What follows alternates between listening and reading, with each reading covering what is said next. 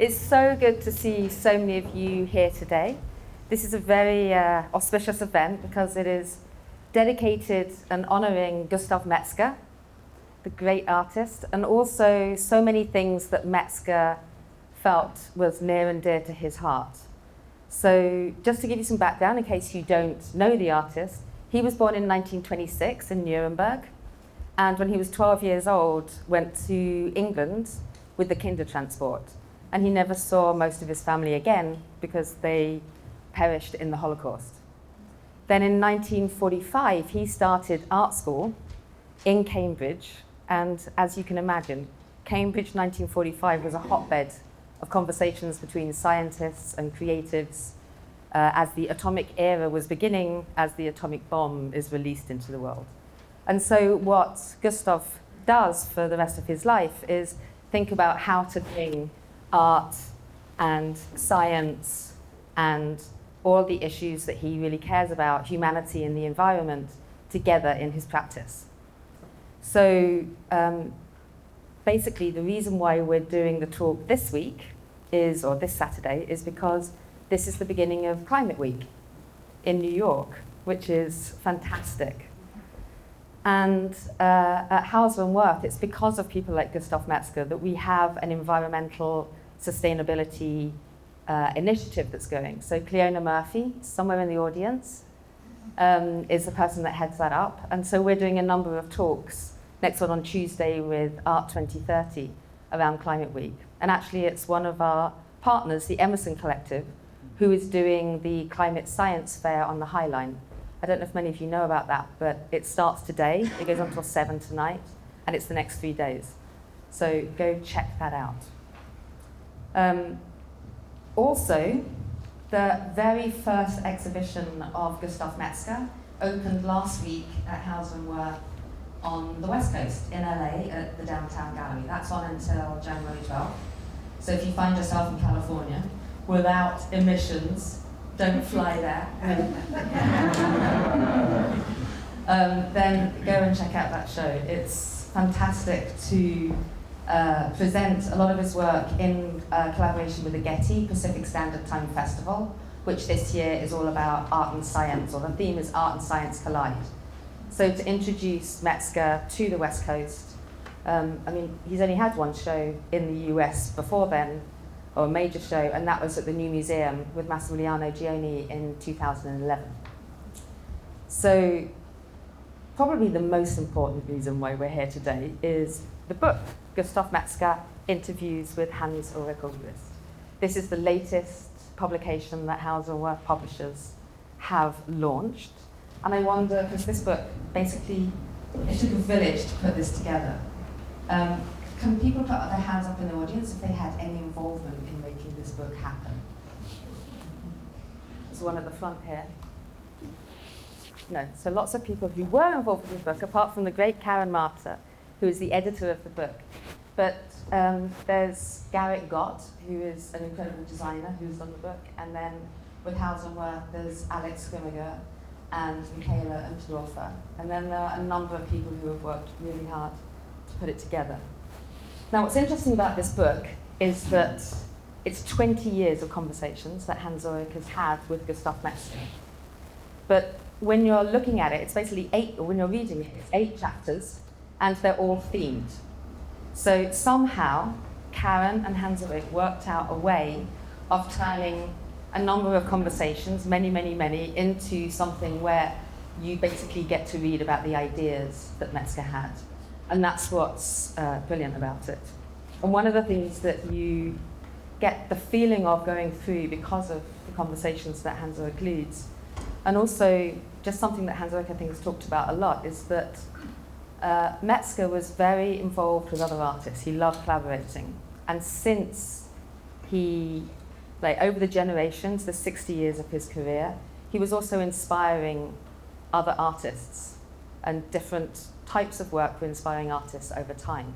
So when you came in, you were privy to an animation and a series of posters that were on show as you were finding your seats.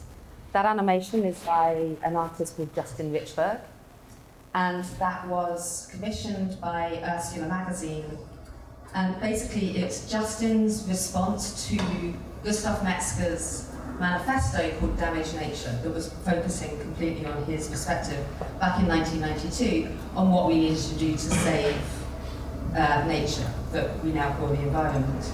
And interestingly, this poster that you're seeing up here, which is Joan's poster for a project that Hans Ulrich put together for Luma in Arles, where there's another exhibition of Gustav Metzger happening. Joan also responded to this manifesto, Damaged Nature, which happened in 1992. And I think this is one of the many ways in which there's a kind of spirit animal that exists between Metzger and you, Joan. Because both of you, I mean, basically since the 1960s, Joan has been incredibly influential to how genres have evolved, to different generations of artists as they come through, and also really relates to humanity and the environment and ecology, and thinking through her practice what it actually means to remind people of the fact that we have responsibility to this planet. So it's extremely exciting to be present with Joan Jonas and Hans Ulrich Obrist, who are going to now be in conversation about Metzger, but also about some of the ideas that inspired Metzger and inspire them today. So thank you both of you for being here. Thank you. Thank you. Thank you so much to Kate, and thank you all for being here. And of course, all my thanks to Joan. It's so amazing that Joan is with us here today, and I wanted to congratulate Joan again on the amazing shows earlier this year at Moment, the Drawing Center. We should give her a big round of applause. I want to also thank so many collaborators, as Kate said on the book. Of course, Kate and Russell for organizing today's event, the publishers, Manuela and Ivan Wirth, and of course, Karen Mata, who is here, editor extraordinaire, who has edited so many amazing books over many, many years, and we've collaborated at least on, I think, 15 books. But this has been a very special project because there were really so many interviews with Gustav Karen edited for this book and brought together in such a dense kind of way. Together, of course, with Michaela Unterdorf and Alex Kimger. Was an amazing teamwork. I'm so grateful to them all. Of course, to Mark Bayo as well, and also to Miles Champion, India Enega, who helped editing it, to my team, to Mark Shackleton and Lorraine too, without whom this book would not have happened. And of course, also to Deborah Metzger, the daughter of Mendel, for the photos of the young Metzger brothers, because you will see in the book, there are these extraordinary, very rarely published photos of Gustav and the brother Mendel. Now, as Kate said, there is this poster of Joan, and what you've seen before, because actually for Luma we commissioned for the exhibition in Arles, which is curated by Arthur Fouret and Vassilis Okonomopoulos. We actually, together with me, we actually invited a number of artists whom Gustav inspired or who connect to Gustav's practice, because Gustav has always been a kind of an artist, one can say. And Joan asked me before we start the exchange to maybe tell you how I kind of met Gustav. And it's interesting because it exactly began with that artist phenomena. Because when I basically began as a curator when I was a student, I organized an exhibition in my kitchen with Fischli Weiss and other artist friends. And that show lasted for 3 months in my student apartment. And it had a budget of $400, and it had only 29 visitors. But after 3 months, it sort of turned into a rumor. And in order to further disperse the rumor, we also made a book. And based on that, I got invited by the Henry Moore Culture Trust to do a lecture tour in the UK in like 9 cities. The only problem was I had never done a lecture, and I really didn't know how to do this. So I called my friend Fischli Weiss. This is a problem because I've only done this kitchen show. I can't really talk for more than 20 minutes about it. So they had this great idea, and it was the age of VHS tapes. So they had this great idea, it was 1991, that they said, you're going to talk 15, 20 minutes on your kitchen show, and then, you put in a VHS tape of our film, The Way Things Go, The Beautiful Chain Reaction, and then you can go outside and have a drink, and then you come back and wrap it up. And that's exactly what we did. My first lecture in these different cities, and it ended in Glasgow, and a transmission, and in the basement of transmission after the lecture, the artist wouldn't let me go to the hotel until I had visited all their studios, Douglas Gordon, Christine Borland, until 4 in the morning. And Douglas said, do you know Gustav Metzger and John Latham, these two visionary British artists? John Latham, together with Barbara Savini, did the artist placement group, and of course Gustav Metzger, Autodestructive Art. And I wasn't familiar with it, and started to research. And then Norman Rosenthal gave me a first book, which was an exhibition at the ICA. There was very little literature available. And Gustav, of course, had completely disappeared from the art world and had somehow gone on an art strike for many years. Then he had worked on Vermeer. For 1 entire year, he wrote a book on Vermeer, and that script has gone missing. It might one day pop up, because the script is in a suitcase, and the suitcase disappeared. In any case, it was impossible to find Gustav. And then I did my first show as a guest curator for the Serpentine called Take Me On Yours, which is basically a show where people could do what you're usually not allowed to do in a museum, to touch the work. You could also, certain aspects of the show one could take home and do one's own kitchen show, like everybody. So the show happened in thousands of kitchens all over, London. And the second day of the show, I got a phone call from the lobby desk, and they said there is somebody downstairs who wants to talk to you. And I went downstairs, and that was Gustav Metzger. And he said, I've done similar things in the 60s, we have to talk. So then the amazing thing was that it was still really difficult to keep in touch because he didn't have a phone. And the only way he could ring you was basically if he rang you from a telephone cabin in a subway, and then left the number, and then you could call him back. But by the time my assistant, I was in Paris at the time, I was only guest curating the show in London. By the time I would ring him back, somebody else would answer in the subway. That's a problem. So then, we did a show at the Musée d'Art Moderne, and a working relationship began. But it's only really when I moved to London in 2006. Most of these interviews are post-2006. There are some earlier ones in the 90s, like in Café Cosmo. But most of them are after 2006, because then he basically just came to see me, because I had basically an office there at the Serpentine after 2006. And he would basically also tell everybody, because he didn't have an address, he was very nomadic, he would give everybody my address if they needed to contact him. So basically, we became his mailbox, and he would come every 2 weeks and pick up all the messages, and I would do a new interview. That's kind of how this all began. But I wanted to also say how incredibly grateful we are to Joan for doing this extraordinary poster, and we're going to hear more about it from Joan later. But Joan, you had an idea that we could read some Gustav, no? Well, I thought, yes, I'm not a scholar, I'm an amateur art historian. Anyway, no, I should do this. So I thought that I could quote from the book, and then we could talk around the quotes. So shall I just start? Yeah, it's great, yeah. Well, we're just doing... I could talk at length about this.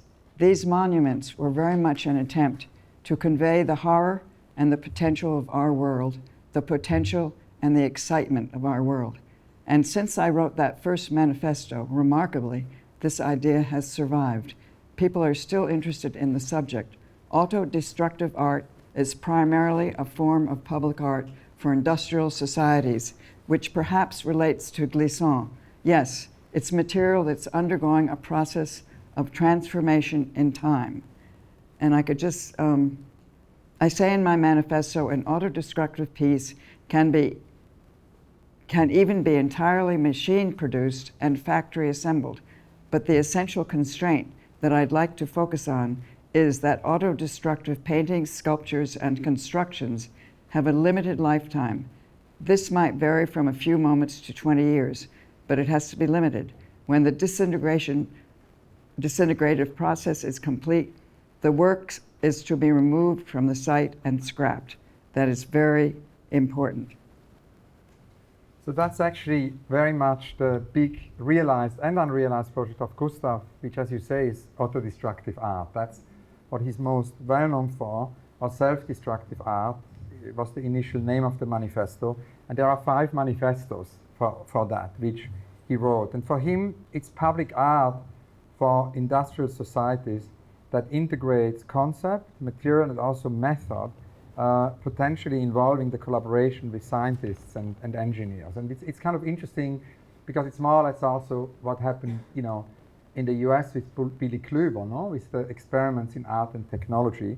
Gustav was in touch with a lot of scientists, and for him, auto-destructive works could be machines, and their longevity ranges from moments to decades. And it was very much addressing, I would say, as we can see in the quote, John, you read, a critique of the obsession of society with destruction, no? Because he looked at this destruction everywhere, the disintegrative processes, and how that could be addressed. And of course, it was very connected to the nuclear disarmament, campaigns, and always also connected to how could we go from auto-destructive art to auto-creative art. The fifth manifesto on random activity delved into theories of randomness and material transformation art, and there really he wanted to sort of see the unpredictable nature of materials. And that, of course, also led then to the Destruction in Art Symposium, because in 1966, Gustav organized a very important symposium with Yoko Ono, many Fluxus artists at the Africa Center in London, and it's there where basically Yoko performed the cut piece, and it was a very, very legendary kind of event. And it's interesting because this connection between auto-destructive art and auto-creative art is, I think, important to emphasize more, because Gustav told me, and that's in the book, that there is a side of his activity that has to do with growth and opening to the endless in life and art. So, and that's of course interesting at this moment in time when so many artists work with living organisms, both in technology with AI, but also analog, no? The idea that the artwork is a living organism. And also, he was very impressed by Raymond Williams, who said that to be truly radical is to make hope possible rather than despair convincing. To make hope possible rather than to make despair convincing. And other people think hope is an illusion.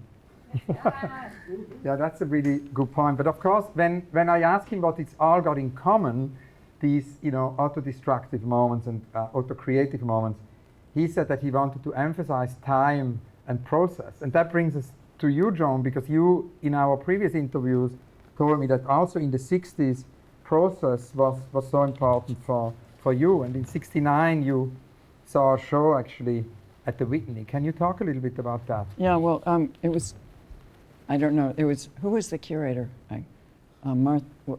Anyway, it was a show at the Whitney about, was it called Process Art? Yeah. Anyway, it made a big impression on me because I was working with video and performance, and I was interested in the process, not the end product, from the very beginning.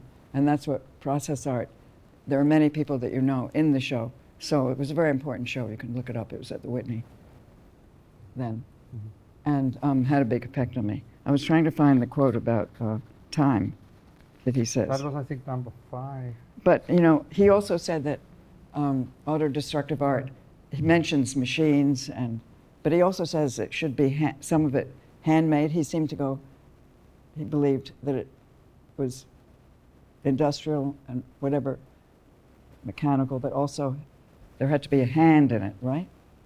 He believed in the handmade object. And that came back at the end when he returned to drawing, Yeah. actually. Yeah. But he made these interesting pieces based on the screening. Was it the painting the screen? I sprayed acid onto the screens of nylon as part of a public demonstration so that the screens began to deteriorate and disintegrate in front of the audience. These are realizations of auto-destructive art, but they're not perfect realizations. The perfect realizations are monuments, which I think is also another contradictory idea. The idea of a monument seems to be contradictory, but not for him. The essence, and now again, the essence of auto-destructive art is that the hand doesn't play a part in it. So he kept going back and forth a little bit. Yeah. The artist no longer touches the work, but he did touch it. He went back and forth, right? Yeah, it's such an interesting quote because he did this, for him, the auto-destructive art monuments were really big public monuments, but they would disappear, they would dissolve. So it's not occupying space, but it would only be there it would be a limited lifespan. It's interesting that he wanted to really emphasize time in a way, and he felt that time wasn't, it's interesting also, because sort of same generation as Rauschenberg. And Rauschenberg, of course, always said that time needs to be brought more into art. And I think Metzger wanted the same. The thing with the hand is, he was a student of Bomberg, and made all these extraordinary early drawings, which some of you might have seen in Caroline Christoph Bagakev's Documenta. I have this quote about time, which is very nice. Yeah. Well, time is at the very center of the idea. Time and a way of demonstrating it. Demonstrating time, showing time, getting people involved with the time. In that sense, it relates to music and dance, which are art forms I've been very involved in, not as a performer, of course, but as a spectator. It just shows you how wide his scope was. And I also like what he says about, I had this realization that some of the finest works of art are being produced at the time where the rubbish dumped on the streets of Soho in the evenings. I thought, this is our folk art. Auto-creative art is an art of change, growth, movement. It aims at the creation of works that grow in volume and extend. And there are endless amounts of unrealized projects in relation to that, how to make art with garbage and make art about, I think about circular economies. Lots of these projects are unrealized. He has a long list of unrealized projects. But what about, how did he affect some other artists? For instance, he did, I have a quote, I met Hacke at a private view at Valerie Schema in Düsseldorf, when he was a very young man in the spring of 1964. He kindly invited me to his studio, but I couldn't go as I had to go to Holland early the next morning. But if I had gone, I would have seen his early kinetic works with water running down perspex boxes. In other words, you could see the moisture on the inside of the box. So there's a very direct link with my work and early Hacke. But I think my work addresses pollution in a way that, at least at that point, his work didn't. But I think that you can see how they, even if you don't hear that statement, you see how their work related Hacke, how Hacke's work related to this work of Metzger's. Yeah, that's such an incredible connection, because in the book there's a whole chapter. Karen kind of brought together all these interviews we had on art and science, and of course there is this whole experiment in '68 where he took over a laboratory and basically it was a filtration laboratory at the Department of Chemical Engineering at the University College of Swansea. It was at the time a brand new lab. And that's where he created all these experiments with water. And we showed that, we kind of redid that piece with him, with Barbara van der Linden in the show Laboratorium, which I did in '99, where we kind of wanted to find out what is the meaning of experiments, and when do experiments become public. And the piece from that we also show in Arles is the drop on a hot plate, and that's an incredible piece, because he basically did all these water experiments. One experiment used nylon tubes with air jets.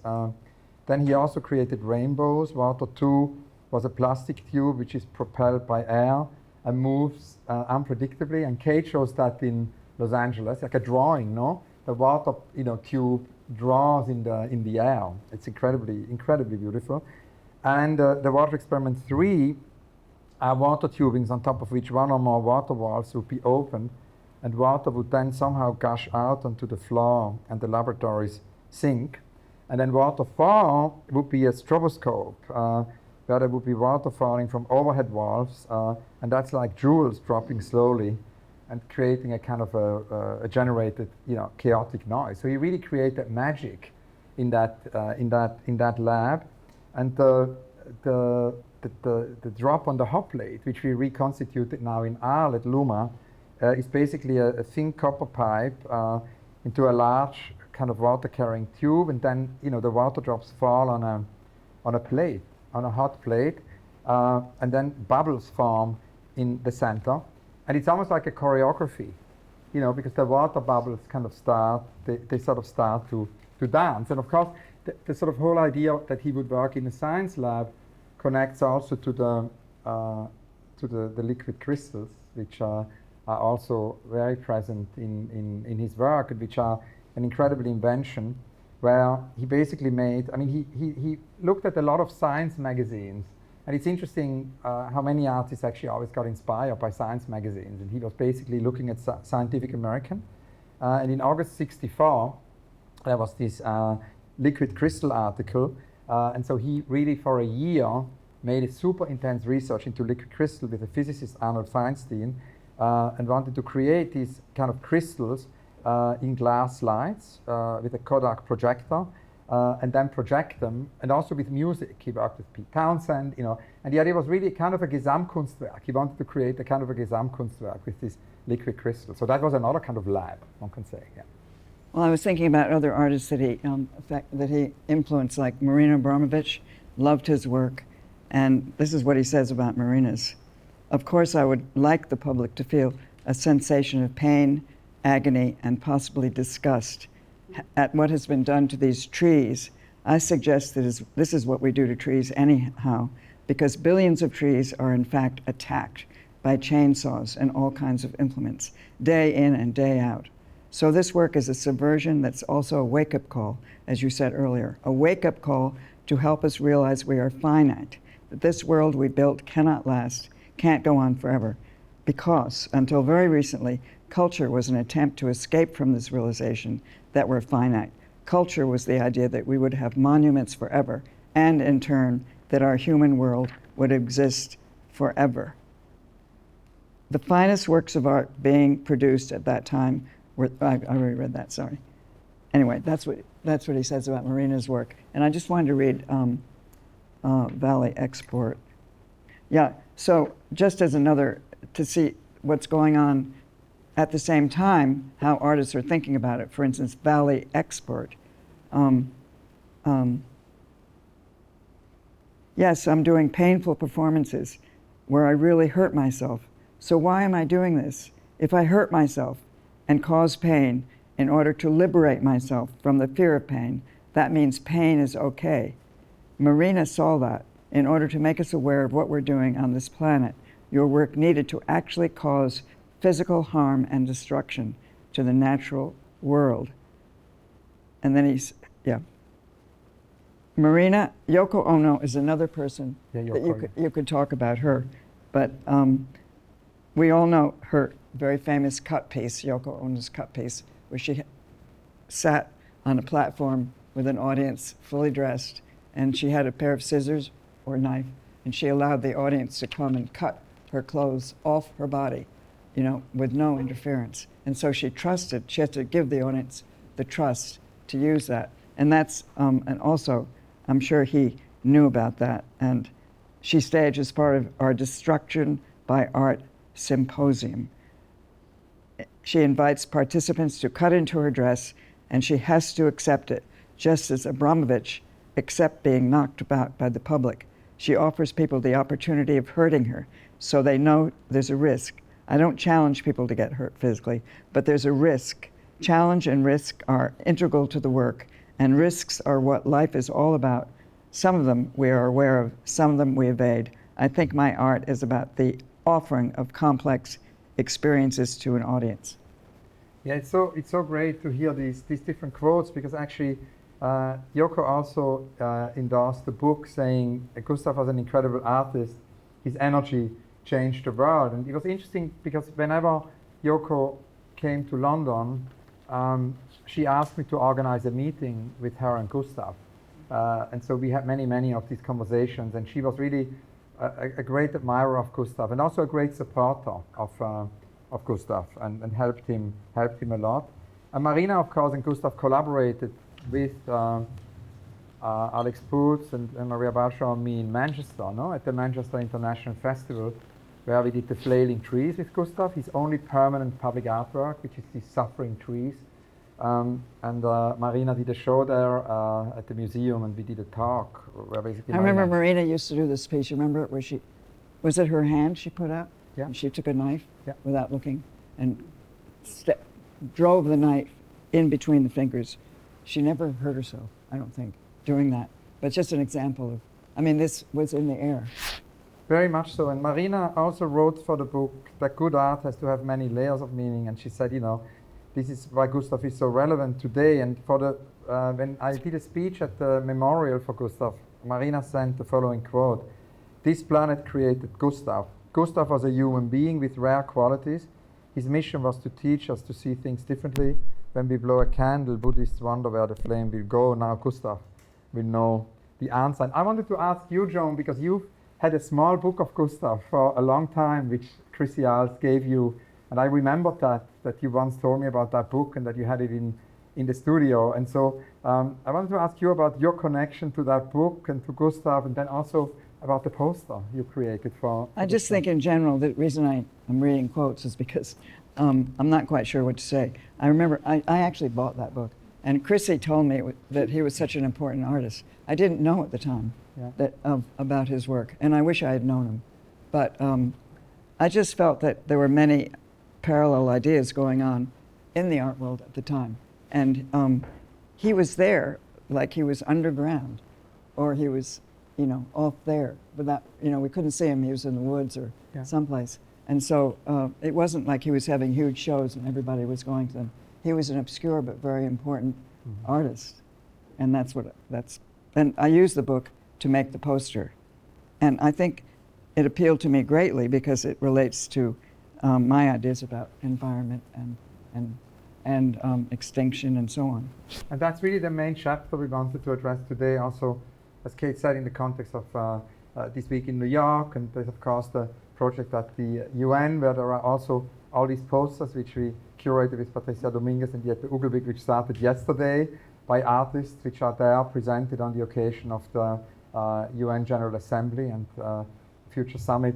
So in the context of that, and also of course because that's the big connection in a way between Gustav and you, is this connection to extinction, to environment. So maybe we could go into that chapter, no? Well, I'll just say briefly, the way I got into the idea of climate extinction and what's going on in our world is I started, well, from the very beginning I've been working outdoors in, as they say, nature or the environment.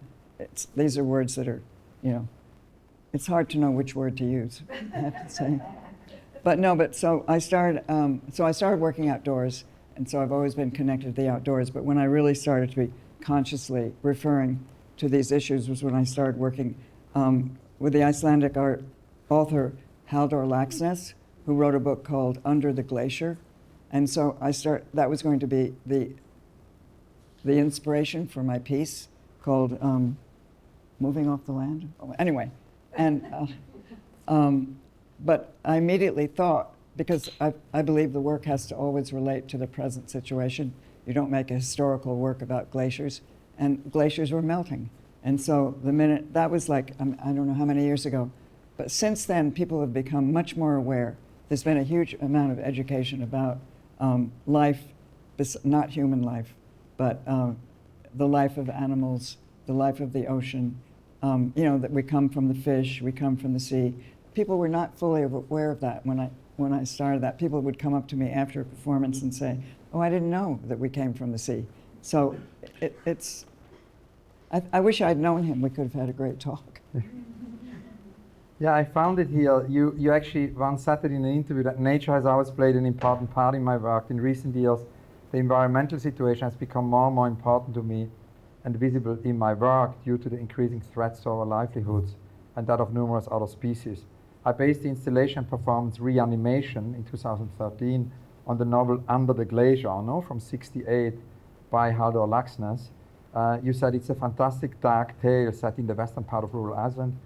And since the subject involved the magical beauty of a particular glacier, you wanted to kind of address that. But at the same time as Laxness wrote this book, also Rachel Carson wrote Silent Spring. And Silent Spring. Can you talk about that? Because that's such an important book for many artists of your generation. I mean, I remember when Silent Spring came out.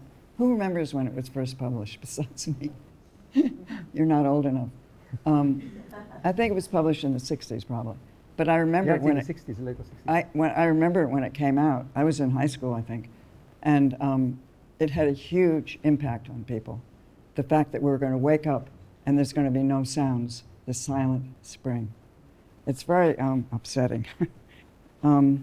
But she's a great writer, Rachel Carson. I think she's a poet also.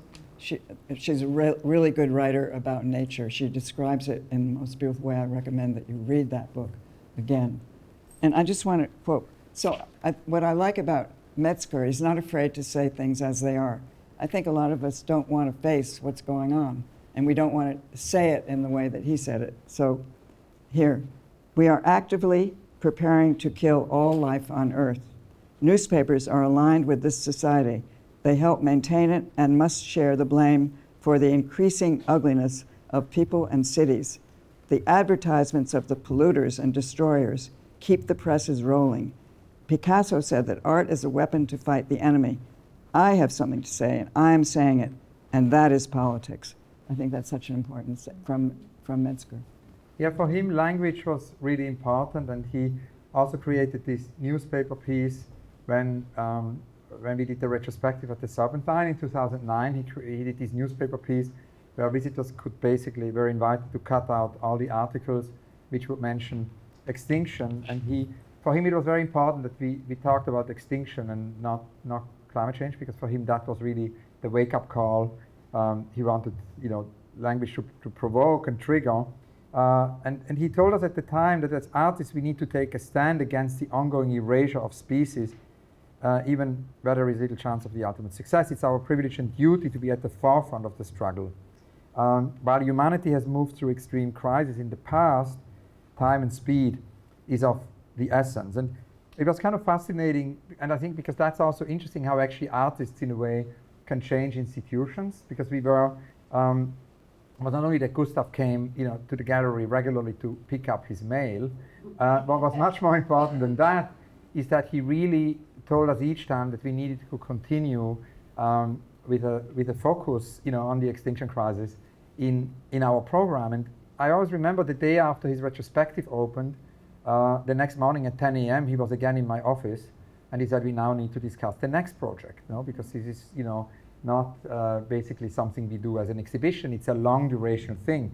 And what really happened through him coming to the office so regularly is that we realized that we needed to make this part of the integral part of the organization. We had with Lucia Pietrojusti a curator of ecology, created a department, and it became kind of part of everything we did. And then the exhibition of Gustav led to the Extinction Marathon, and then from the Extinction Marathon, we basically there brought together our practitioners from all disciplines. That was something which was very important for Gustav, that it really created a societal debate.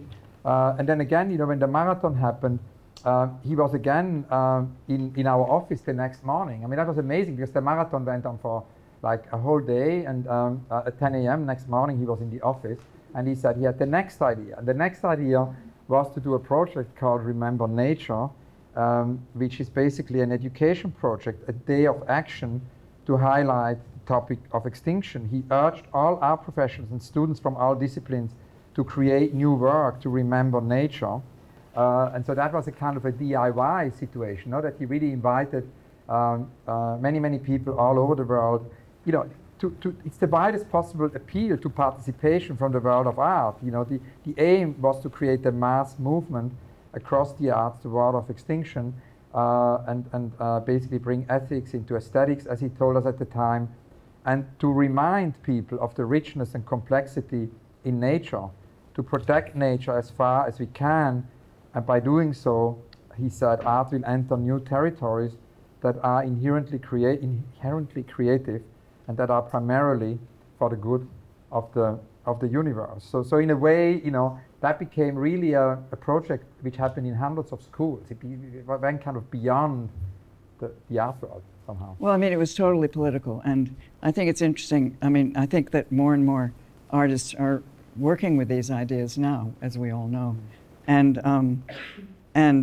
the idea of the political has expanded and shifted. I just want to say another quote. And so I hope this discussion, as with all of our work during the Extinction Marathon, will extend our capacities to feel and reimagine what humans are doing to animals, to plant life, to nature in the wider sense. I hope it will make a difference, if only in extending the knowledge of what's actually happening in this life and death struggle between human beings and the rest of the universe. And it's interesting, Joan, because that is something, also when Gustav says, to remind people of the richness and complexity in nature, to protect nature as far as we can, that is something which has played a central role in your work from the beginning, your childhood, the presence of the forest, the beginning of the rock collection. It started really early, no? Well, I'm one of those people who grew up in that. I'm very lucky to grow up near a big forest for, every summer. And I like to walk in this forest by myself. I wasn't afraid. It was beautiful, and I'm very lucky. And I'm lucky to be collecting rocks. We can all collect rocks, but rocks are amazing objects, and I'm interested in finding out. I read an interesting review. Now there's a lot more books. There's a book that just came out, and this geologist described how a young geologist brought all these different colored rocks to her teacher, and the teacher said, "Oh, they're all basalt. They're all the same, but they look completely different." So we know so little. And the same thing with trees. And it's interesting because this idea of, nature, or as Gustav says, remember nature, then became in a way, it was always there, but around 2014, I remember I came to visit you and you did the Venice Biennale. It suddenly became more urgent, it became more important. No, well, I was on my way to Japan, and I knew thinking about how much fish is eaten in Japan. And so I decided, while I was there, to make 100 drawings of fish, and so I experiment with drawing quite a bit. And so this was an experiment of working with ink on really good paper and making fish drawings as fast as I could, one after another, and making 100 of them. So that was part of the Venice piece, and then I also included bees, because as we all know, bees are in trouble, and they're such a fantastic creature. And Haldor Laxness had a beautiful quote about what bees do, and I wish I had it, but it was just really beautiful, saying that if we could do what bees do, it would be an intergalactic miracle or something. I don't quote very well, but what bees do to carry the pollen and so on is amazing, what they do. And their bee dance. So I worked with children because I wanted the children to be exposed to these ideas. And this was like in 1995, was it? Yeah, at the Venice Biennale. So, yeah, or was it 2015? I can't remember. But it was before it became really something. Yeah, I think it was 2000, because you began in 2014 to do these drawings. That's right, it was 2015. Haldor Laxness was really important for me also, because I grew up, near St. Gallen in the eastern part of Switzerland. There was this gallery, Erkan, and they would always invite, they were very old then. There was kind of, but since the 60s, they had invited, in the 80s, it sort of was the later stage of this gallery, but in the 60s, they had invited all these writers, and they made vinyls with them. So they had invited Eugène Ionesco, the playwright, and I had actually met Eugène Ionesco when I was like 16 through this gallery. It was kind of my first encounter with an artist. It was really important for me. And Eugène Ionesco told me something kind of really interesting. He said that it's kind of interesting in relation to performance and interesting in relation to Gustav and to you and to everything we discussed, because he said that some of his artist friends do these big monuments in steel, and then sometimes after 10 or 20 years they're removed, because people don't like them anymore and all of that. And that he has a play, he told me, in Paris, which since 60, now in the meanwhile it's 70 years, is performed every evening. So he said a play, an idea or a play can be as permanent, or actually more permanent. He was one of my very early inspirations. That's incredible. Ionesco, yeah. And how can you talk about that? Which piece? I was just trying to remember. I used to be able to quote, but I can't right now. But he's a fantastic writer, and they're funny and eccentric and great. And the same gallery got Haldor Laxness to St. Gallen. I didn't know that. And they kind of made a vinyl, But there's many more works of yours where it connects with Gustav and with extinction, with remembering nature. Is also in reanimation, which we touched upon earlier. You recorded actually, different creatures and in the ice. Can you talk about that? You went to Norway. Oh, well, I went to Norway to film. I was working on Moving Off the Land, and I went to Norway because a friend of mine lived there, a Norwegian friend, invited me to go to her house in the Arctic Circle. And of course, I wanted to go in the Arctic Circle, just to go there and be up there. The idea of being in that area of the world, which was the Lofoten Islands in Norway. And the Lofoten Islands are very beautiful because they're composed of these, they're not high mountains, but mountains that rise out of the sea like this in triangular, just incredibly beautiful formations of material. And it's a beautiful place, very inspiring. What can I say? And Gustav also said always that if we, want to address the big sort of challenges or challenges of our time, that it's important that we kind of break down silos of knowledge. He always told me that, and that we bring, particularly he was very concerned since the 60s with this idea of basically bringing art and science more together. No, C.P. Snow lamented this divided culture on the one hand, art and humanities and then science, and he said we need to bring this together, and that's of course why he worked with all these, different scientists. Also, when we worked on the Extinction Marathon, he asked us and our teams to make a big research about all the scientists, who had worked with the topic of extinction. He always wanted to create that bridge, and you, Joan, do the same. That's another interesting connection, for example, with moving off the land and the whole oceanic research you did. You worked with scientist David Gruber. Can you tell us a bit about that?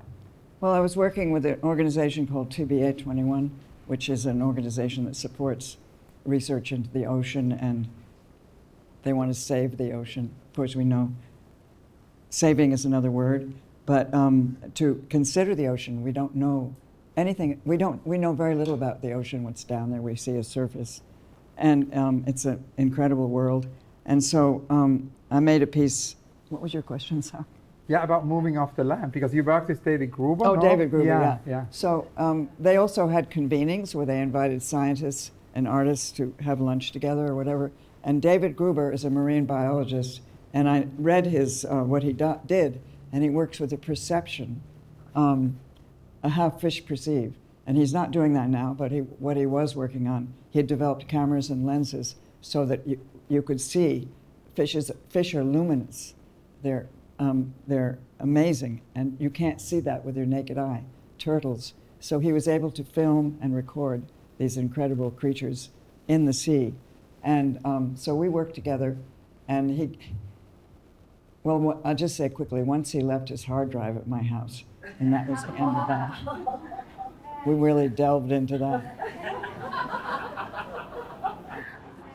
I mean, he did give me work, but then I took a lot of work. But now what he's working on is a project in the Caribbean about whales, and maybe some of you have heard about it, how whales communicate. They're trying to figure out through machine learning and so on what whales are communicating, and that's an amazing project. And so we have it. And then last year, for my show at MoMA, I did a new piece based on one of the main images is a sperm whale giving birth, which they got it by a drone. It's never been recorded before. And he let me put it in my piece. And you see this little baby whale, and it has to be supported. I mean, all these things we didn't know about, it has to be supported. And when the whale gives birth, it's surrounded by grandmothers and aunts and so on, other whales. And so they help each other. The males go off. They don't, the women stay with each other. That's great. So that collaboration continues. It's a very long... Yeah, we're going on. It's beautiful, yeah. A long-term dialogue. So I think we already did the time question, but because I think we only have a few minutes left, you had this idea that we should somehow end on love. On love. And I love that idea. Well, I have a quote. Wait a minute now. And the reason I noticed this quote when I was going through this beautifully edited book, where is it? Is because the other day, there's an opening at White Columns. It's very interesting. And they had a session with some projected image at Film Anthology. And the two people who were involved, now I can't remember the other persons, but G is the name of the woman who is part of this group that, does anybody know? Anybody in the audience? No. Anyway, and her partner, and he gave a performance, but what he kept saying at this projection, at the screening, because what the film they showed was a lot of violent shots of military. It's part of the backgrounds for a music piece.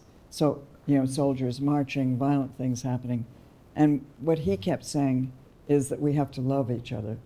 Love is the answer. He kept saying it in a very tough way. And so this is from the book, from Hans Ulrich's book. We need courage for that, and energy, and love. I realize I never told you the true W.H. Auden line, which is, we must love one another or die. I think that is really the key. And finally, I would like to bring it back to where we started, because it's the line I adopted and that you originally asked me about. Auden said, we must love one another or die. And for me now, I believe that we must become idealists or die. That's where I want to go on working for. That, for me, is the future, both my future and the world's future. I mean, that is such a beautiful quote. And in a way, it's almost impossible to add anything to that, because we should probably leave it there. There's maybe one thing I can add, which is, when we worked on the archive exhibition at Luhmann, this is kind of a series of shows always with interviews out of my archive. We did Ethel Adnan and also Edouard Glissant, and in the third year, Agnes Varda, and now Gustav. There was a kind of a beautiful segue from Agnes Varda into Gustav through that quote. Because I was very close friends with Agnes Varda the sort of last 20 years of her life, because with Molly Nesbitt and with Rikrit Tervanid, we somehow invited her into the art world, right? And she had never really participated. She was always in the film world and had won all the festivals and all the awards, but she always had dreamt of actually going, into other experiences, not just the screen, but going into more tactile experiences, installations. So when we invited her for Utopia Station, where Gustav was also part of, to Venice in 2003, Anya said it was kind of a fulfillment of her dream. And then for the next sort of 15 years, until she was 90 and basically passed away at 90, she would do many, many, many installations and really went, in a way, beyond the world of cinema. So a few weeks before Agnes Varda passed away, I basically was invited to her house, and we recorded an interview for an Alexander Calder catalogue. And I didn't know that she was so unwell, but it was kind of a farewell visit in a way. And she also hadn't told me that after our interview, she had invited about 20 friends. So more and more people arrived for this lunch.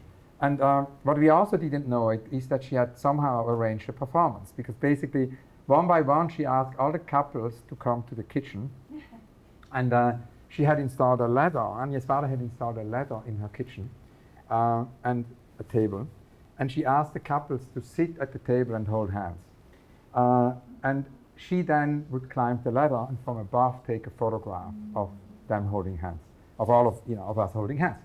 And that was her last piece. And it's basically, it's an incredible series of photographs.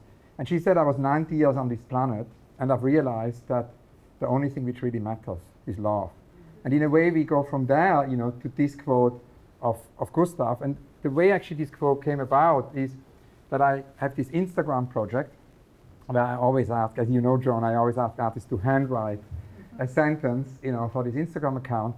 And whenever I saw Gustav, he spontaneously, wrote an extinction handwriting. He kind of developed a new type of handwriting between drawing and writing. It's kind of almost impossible to read, and that's the sentence he wrote. So I think, it couldn't be more wonderful that we end on this quote of this wonderful quote you found on love. And I just want to thank again you all on such a sunny day for being here. Say again what an amazing work Karen Mata did. Incredible editing. We should give Karen a big round of applause. And last but not least, and of course most importantly, a very big round of applause for the amazing Joan Jonas.